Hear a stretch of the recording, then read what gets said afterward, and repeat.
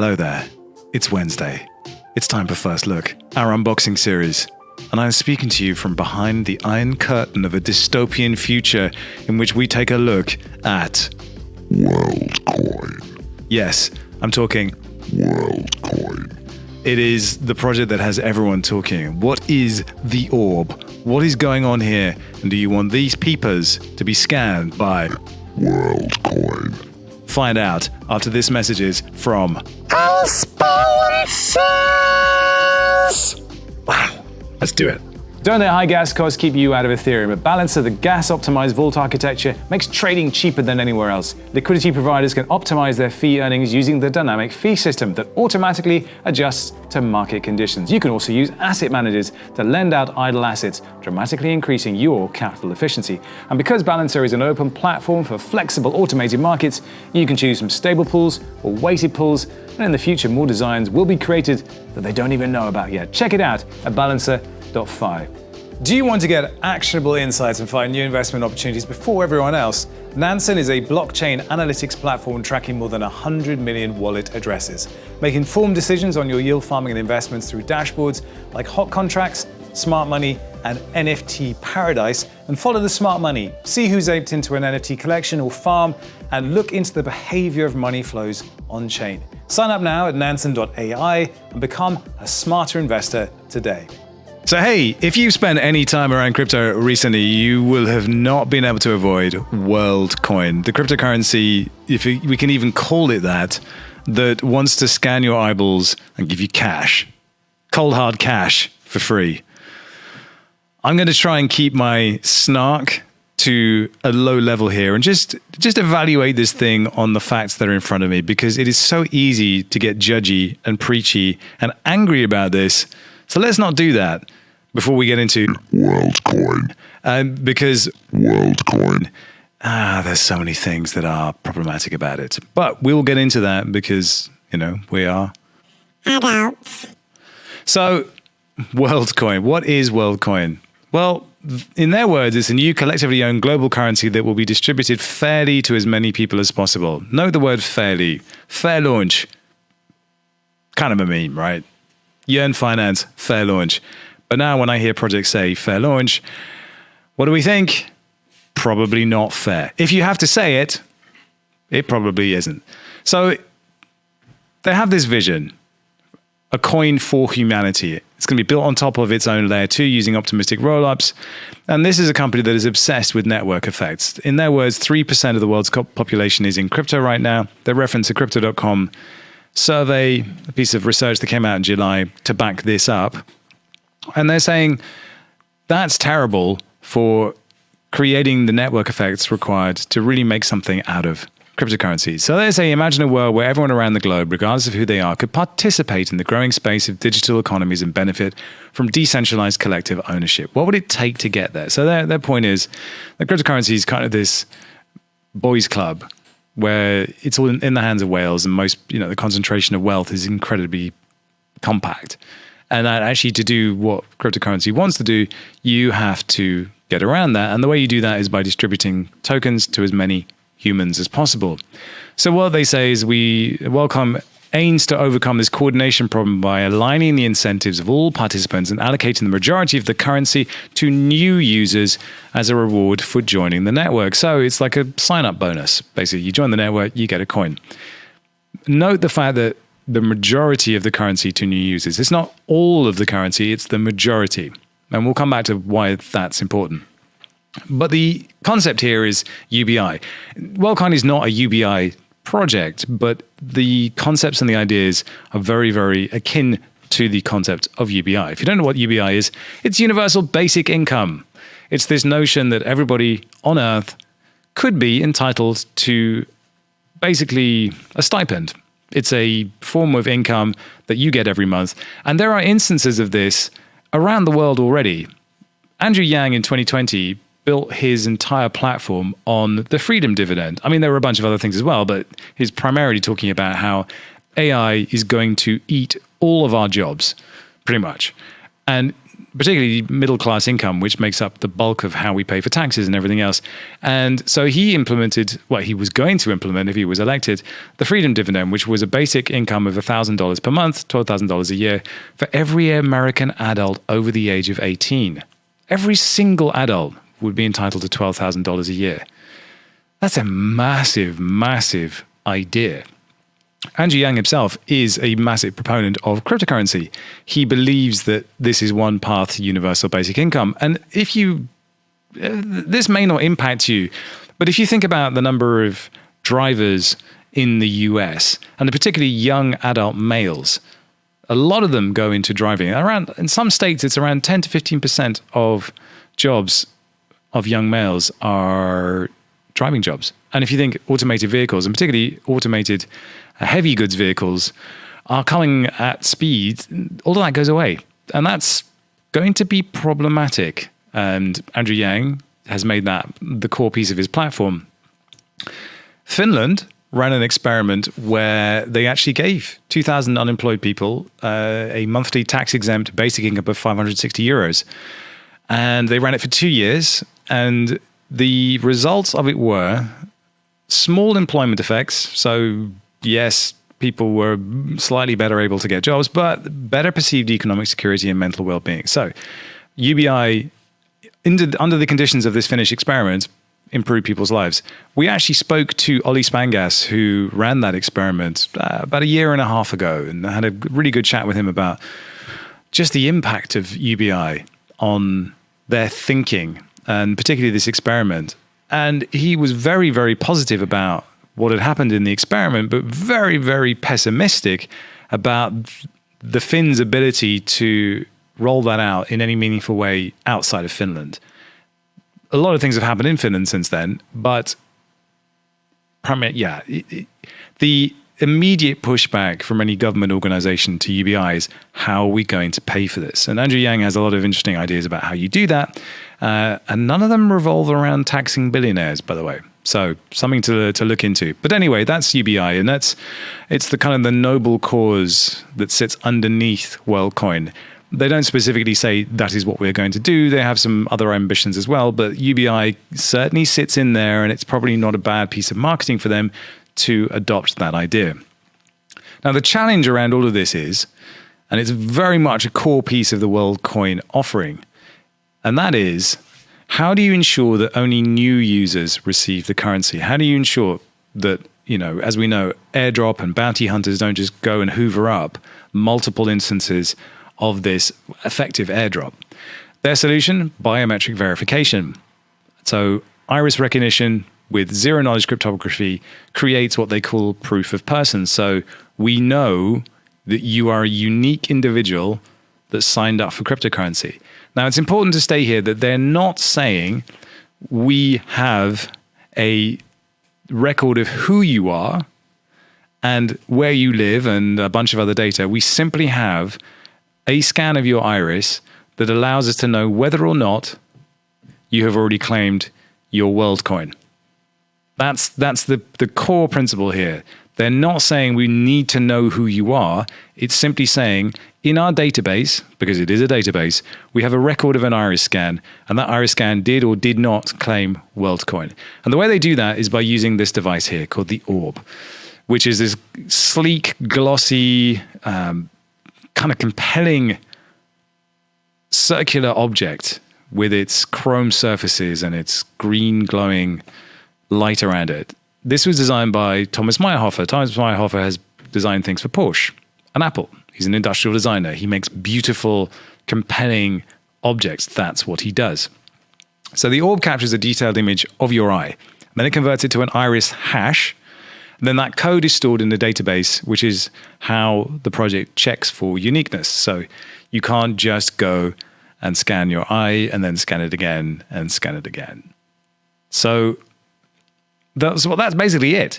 And you can see here some of the guts of the machine and how there's some kind of snazzy GIFs on their website that explode the diagram and then bring it back together. It's all kind of very heavily into the fetishization of the hardware component. So Worldcoin plans to ramp up production to 4,000 orbs per year. per month, apologies. And then these are going to be produced in Germany, and then they're looking to produce around 50,000 of them a year. And these things are kind of premium devices. Who gets their hands on them? Well, that's the Orb Operators. So Orb Operators are basically sales reps for Worldcoin, except they're not sales reps because they are independent operators. They're franchise owners, really. And they can sign up to bid for an orb because they can't just get one. You have to bid for one. And then you basically get this device, and it's up to you to go onto the streets, into community centers, wherever it is that you think you can sign up users, and then sign them up. And your job is not just to sign up, it's also to proselytize, which may or may not be the right word here.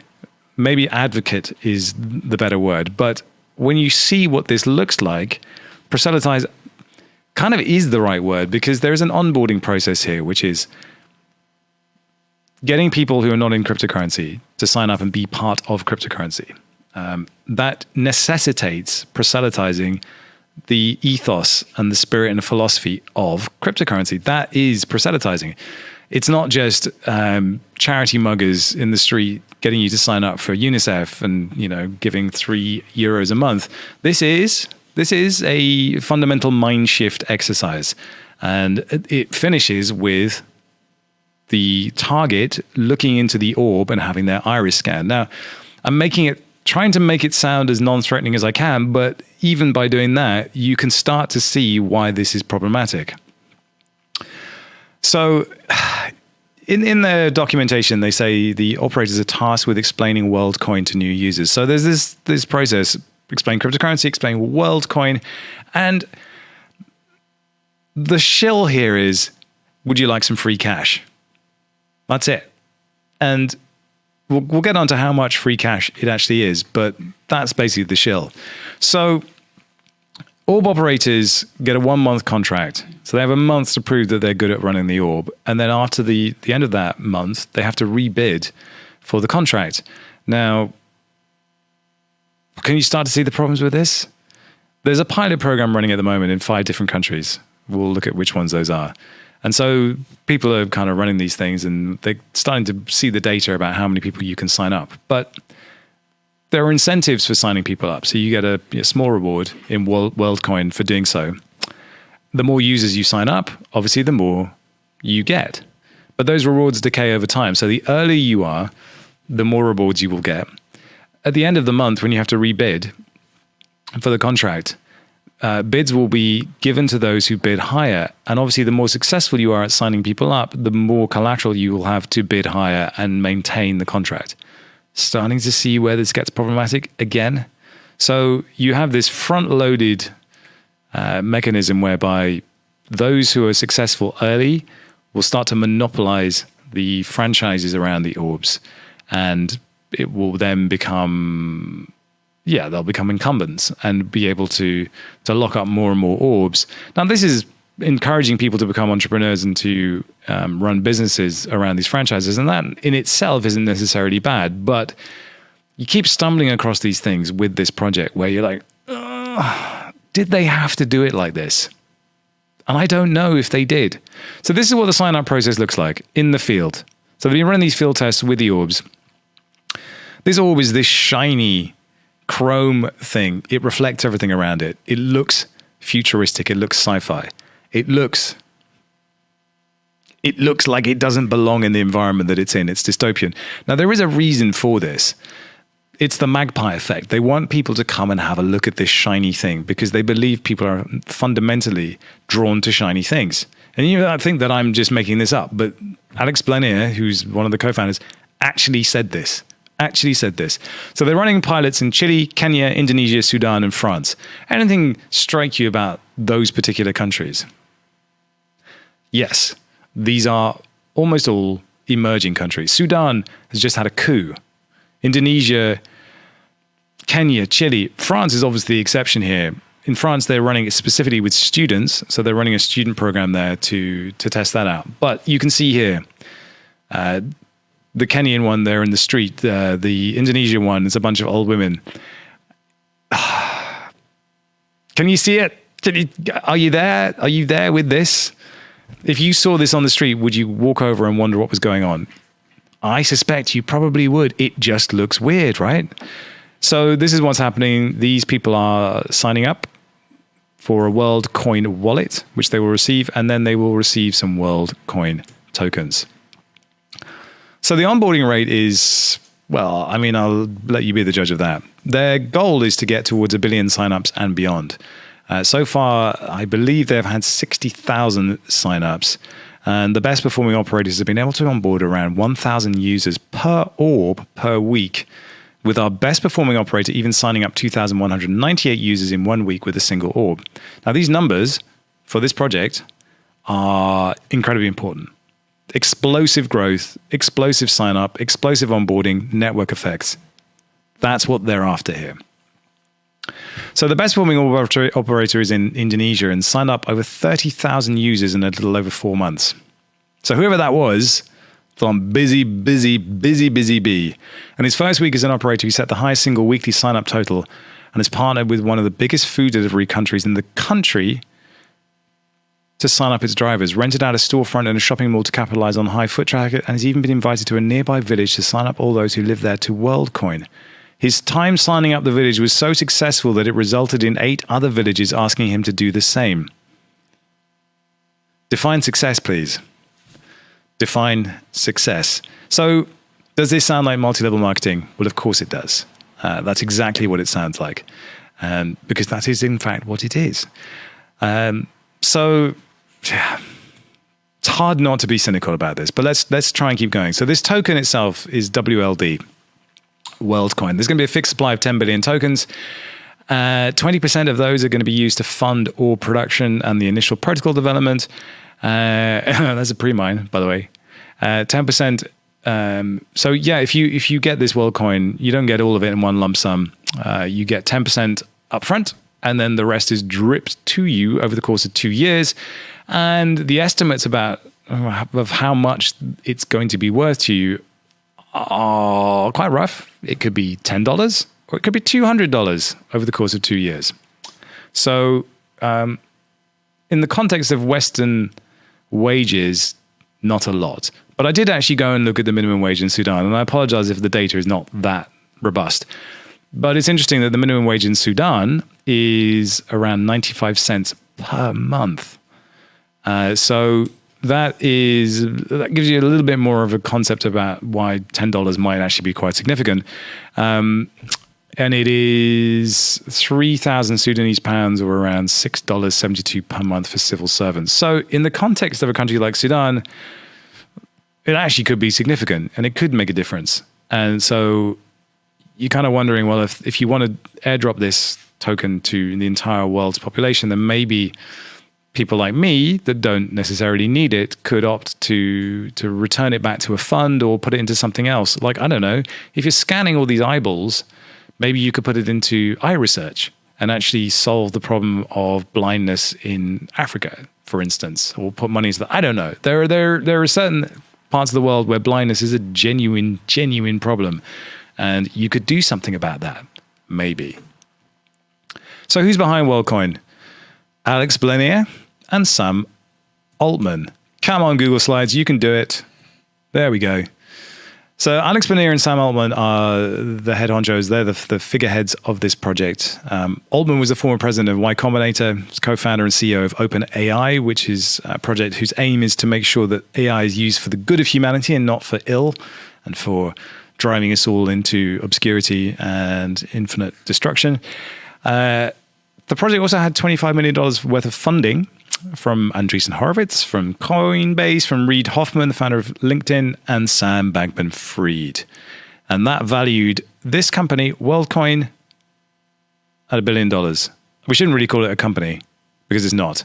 It's a decentralized network, decentralized currency with a foundation that's going to get 20% of the tokens. So $2 billion Worldcoin tokens will be going to the foundation.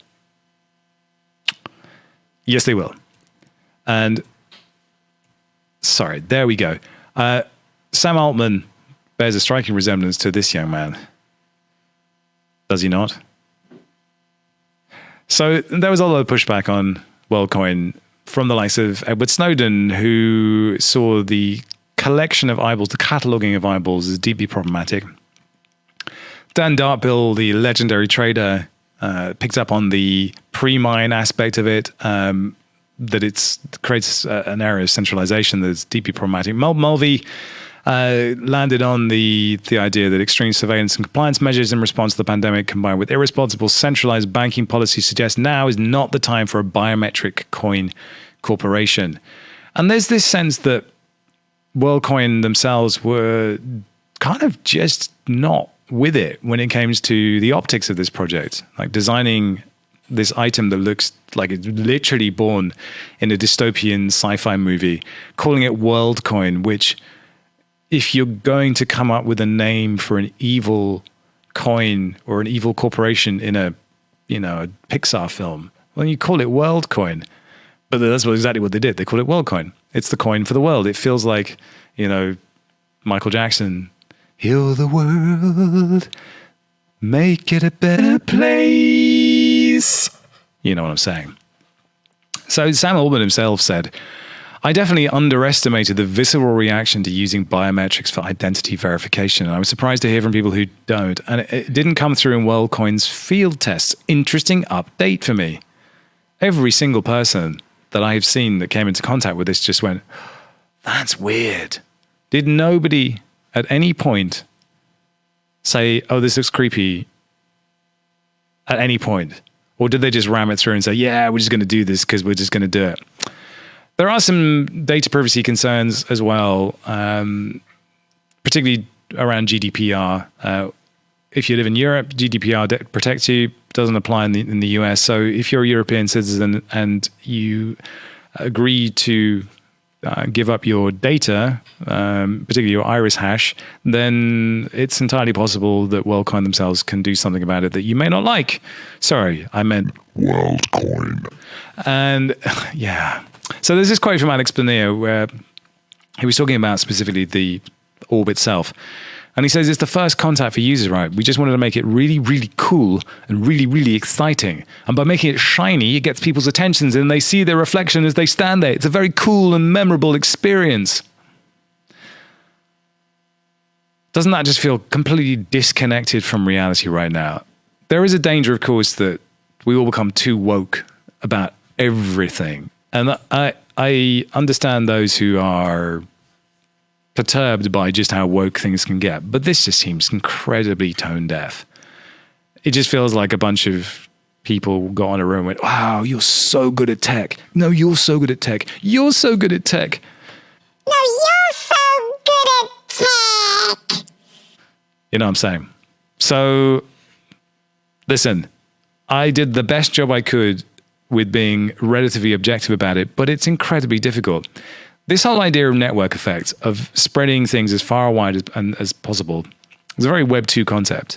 Facebook, etc., proved the benefits of massive networks operating at scale. And it has seemed to be the paradigm for blockchain networks that we need to scale as rapidly as possible, get these tokens into the hands of as many people as possible.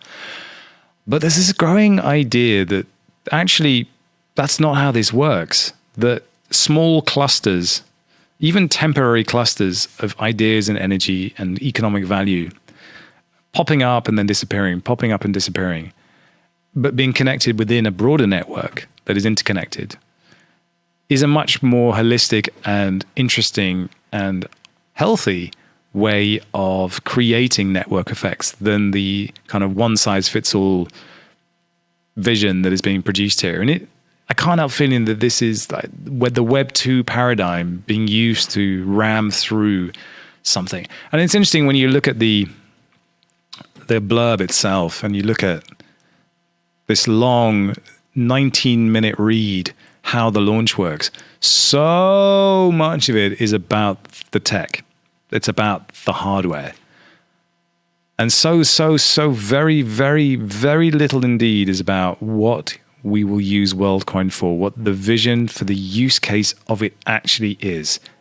It's shoehorning in a multi-level marketing scheme with a glossy thing and then a bunch of really problematic biometric data privacy concerns. And that's why people have been kind of pissed off about it. And I get it. I would love to say that the vision for this thing, the ideas are groundbreaking and should be supported. But it seems to me that they just didn't listen to the concerns that people had when they first raised them and just went ahead with it anyway. And any entity that's looking to do that and brute force a product into people's hands, I think we now are within our rights to be very mistrustful of that. And that is where I shall leave it. If you have any suggestions for what we should cover on First Look, please do drop them in the comments below. This was the Defiant! I got a new toy. Can you tell? I'll see you on the next one. Peace!